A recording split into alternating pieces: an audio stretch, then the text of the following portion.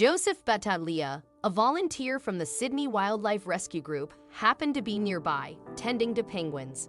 Joseph recalled the woman approaching with her children in a pram, informing him of the animal's plight. Without hesitation, Joseph and his team hurried to the water's edge to assess the situation. A crowd had gathered by this point, witnessing the mysterious creature bravely paddling into danger.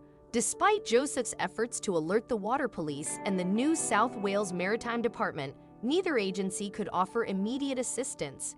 Adding to the tension, a ferry was rapidly approaching the struggling animal, oblivious to its presence. Confusion reigned on board as crew members wondered why bystanders were frantically pointing at the water. Eventually, the crew spotted the animal and recognized the urgency of the situation. Acting swiftly, they maneuvered the ferry to block the animal's path and gently encouraged it to return to shore. Simultaneously, an alert sounded for all ferry travelers to halt their journeys, ensuring the creature's safety. Unfortunately, despite the crew's efforts, the animal persisted in swimming in the wrong direction, prompting the ferry crew to recognize the need for intervention. They tossed a bright orange life preserver into the water, but the frightened creature paid it no heed. It seemed a futile attempt. How could it possibly understand to grasp onto it? With this approach failing, they had to reconsider their options. As the ferry drew nearer to the struggling creature, the crew could finally discern its identity. A wallaby, a species not renowned for its swimming prowess. The poor creature was already fatigued, teetering on the brink of drowning. The captain steadied the ferry while Chris cautiously lowered a rope fashioned into a makeshift lasso into the water. With patience, he maneuvered the loop around the waterlogged wallaby. After several tense moments, the crew successfully hoisted the exhausted marsupial from the water. Another crew member, kneeling beside Chris, skillfully secured the wallaby's tail with a boat hook, preventing any escape. Once aboard, it became evident just how drained the creature was. A crew member had to gently restrain the terrified wallaby to soothe her nerves, but soon another issue emerged. As Chris later recounted in an interview, the crew found themselves faced with the dilemma. What now? We have a wallaby on board.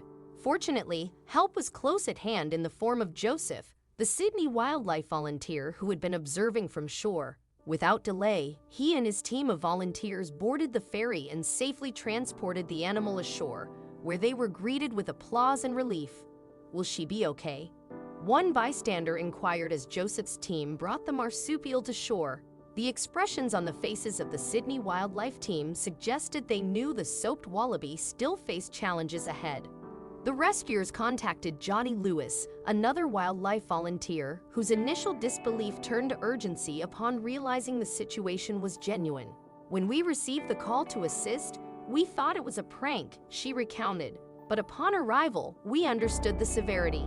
Jody swiftly took the wallaby, now named Christine, to a veterinarian for a thorough checkup. Despite water in her lungs and scrapes on her feet, the injuries were deemed non-life-threatening, and the treatment was expected to be straightforward.